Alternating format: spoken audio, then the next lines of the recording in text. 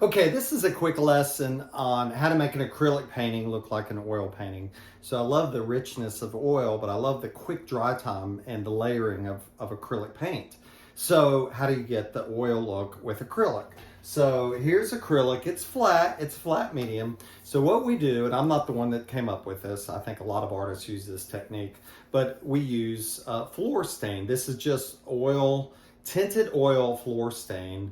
This happens to be by Minwax. I don't work for them, they don't pay me. I just like their product. I use the Golden Oak. And it's a really great tint. It's kind of an old world smoky yellow. You'll see it goes on dark, and I usually do this when I'm not on camera, I do it flat. But because of the dramatic effect, as you'll see, we'll do it up on the easel here. And I'm just basically taking a foam brush, and you see it's very dark, and then I'm just gonna go across it like this. And this is always the wow or aha moment in my workshops. And I just put it on. It really doesn't matter how you put this on because it's very fluid, as you can see, and it'll stay that way for quite some time because it is oil. So I'm just gonna keep going. Now do this in a ventilated area because this has a pretty good smell to it. You know, it's like gasoline. It's one of those things a lot of people go, ooh, I like that smell, but it's not really the best to inhale, especially for long periods of time. So I'm just gonna keep going down until I get it all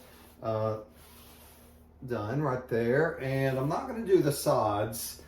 Sometimes I do the sides, but actually I have not put the final color on the sides, which for this piece, it'll be kind of a old world gold color. Okay, so now we're gonna let it sit for a second.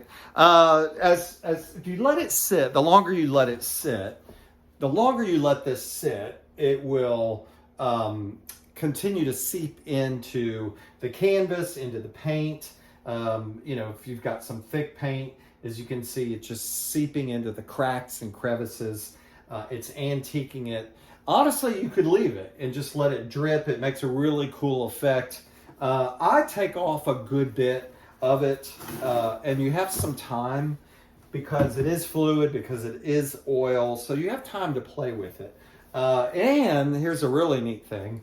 If you want to make some directional lighting, you know, you can do like that, and it looks like the bird is, you know, flying, or however. I mean, you can make some really neat effects. Now, generally I take off about, for me in my work, generally about 80 to 90% of it. And I don't know if you'll see it out there, and you may want to go back to the beginning and then kind of flash to the end. But if you really notice, it took that white way down so that it's not just a stark, you know, stark white. Now, if you want a stark white, if you say, oh, I don't want that creamy white, I want the stark white, you can actually take some mineral spirits and it'll come right off. Or if you continue to wipe, as you'll see, the more you wipe, the more you're wiping off. So hopefully you can see it's really taking off a lot of that white right there, and there it is. Now, I've knocked off, you know, pretty much most of it, but there's still a good bit of oil on there. So if I want to now take and do like this, as you can see, I'm going to get that effect like he's flying, you know, into this flower or whatever. So it's really a neat effect. Just know if you leave it up like this, it's going to continue to seep.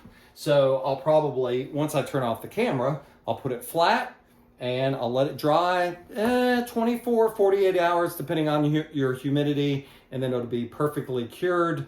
Honestly, if I wanted to, I could go back with the oil again. If you take off too much, you can put some more back on. It's a great little trick or hack, or whatever they're saying now, to get an acrylic painting to look like an oil painting. Okay, hey, subscribe to the channel. Click the like if you like this video. I appreciate you watching, and I'll see you in the next video.